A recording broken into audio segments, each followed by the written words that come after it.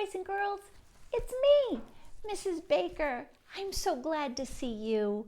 And I bet you're glad to see your friend Harold. Harold and my family have been having some wonderful adventures since we've been stay at home. Harold's a wonderful bear to have around. He's very polite. He doesn't eat as much as you would expect him to, and he's just really joined in to be part of the family. Haven't you had fun, Harold? Oh, well, I thought it might be nice to read a book about a black bear. If you've watched recently, you might have seen the story Blueberries for Sal that featured a mama bear and a baby bear.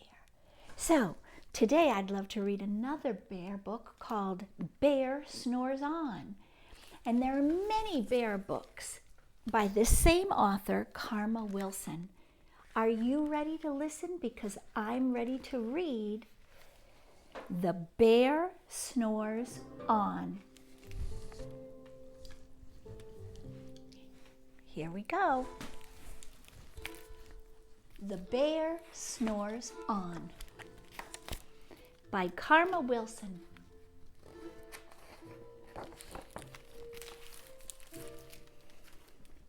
In a cave in the woods, in his deep, dark lair, through the long, cold winter sleeps a great brown bear, or black.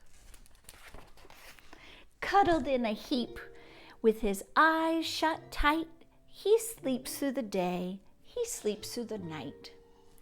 And the cold winds howl and the night sounds growl, but the bear snores on.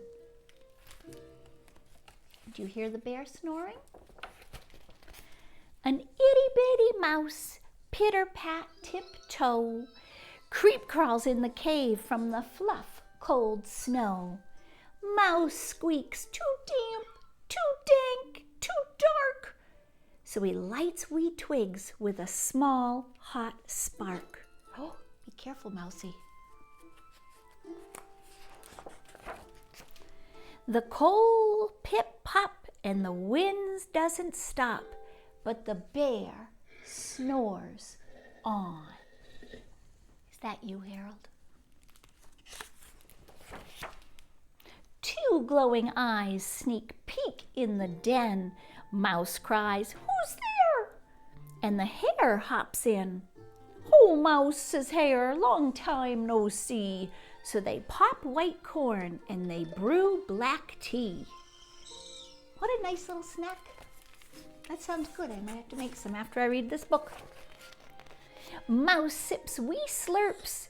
Hare burps big burps. But the bear snores on. A badger scuttles by, sniff snuffs at the air. "I smell yummy yums, perhaps we could share?" "I've brought honey nuts," Badger says with a grin. "Let's divvy them up, cozy down, and dig in." Oh, look at this nice little party they're having. Oh, that looks very cozy. And they nibble and they munch with a chew, chomp, crunch. But the bear snores on. How do you stay asleep through all this, Harold? My goodness.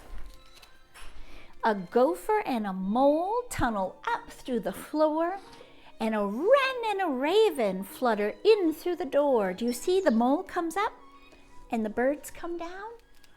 Mole mutters, "What a night! What a storm!" twitters wren, and everybody clutters in the great bear's den. Look at that happy little party.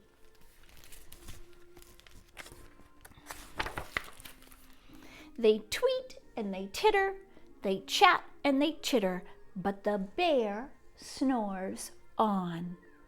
In a cave in the woods, a slumbering bear sleeps through the party in his very own lair. Hare stokes the fire, and Mouse seasons the stew, and then a small pepper fleck makes the bear Achoo! And he blows and he sneezes and the whole crowd freezes. And the bear wakes up. Bear gnarls and he snarls. Bear roars and he rumbles. Bear jumps and he stumps. Bear growls and he grumbles. Can you give me a good bear grumble at home? Grrr. Do it again. Good job. You've snuck in my lair and you've had all the fun, but me, I was sleeping and I have had none. And he whimpers, he moans, and he wails, and he groans, and the bear blubbers on. That makes me sad. Bears are very sensitive. Mouse squeaks, "Don't fret, don't fuss. Look, see, we can pop more corn. We can brew more tea." What a nice mouse. Look, the bear's happy again. Bear gulps, bear gobbles, he sighs with delight, and then he spins tall tales through the blustery night. And when the sun peeks up on a crisp, clear dawn, Bear can't sleep, but his friends snore on. Did you enjoy that book?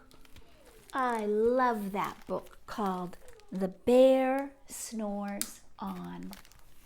I love that book because it features a bear. And because Harold is one of my closest friends, I like to read books about bears.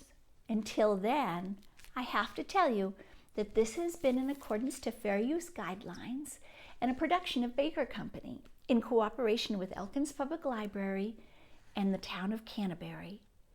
This is for not-for-profit educational use only and cannot be sold or copied without permission of myself, Elkins Public Library, or the town of Canterbury. I hope that you've had fun. I've had an awful lot of fun being with you. Haven't you, Harold? Oh. Until next time, boys and girls, remember, I love you and I'm proud of you.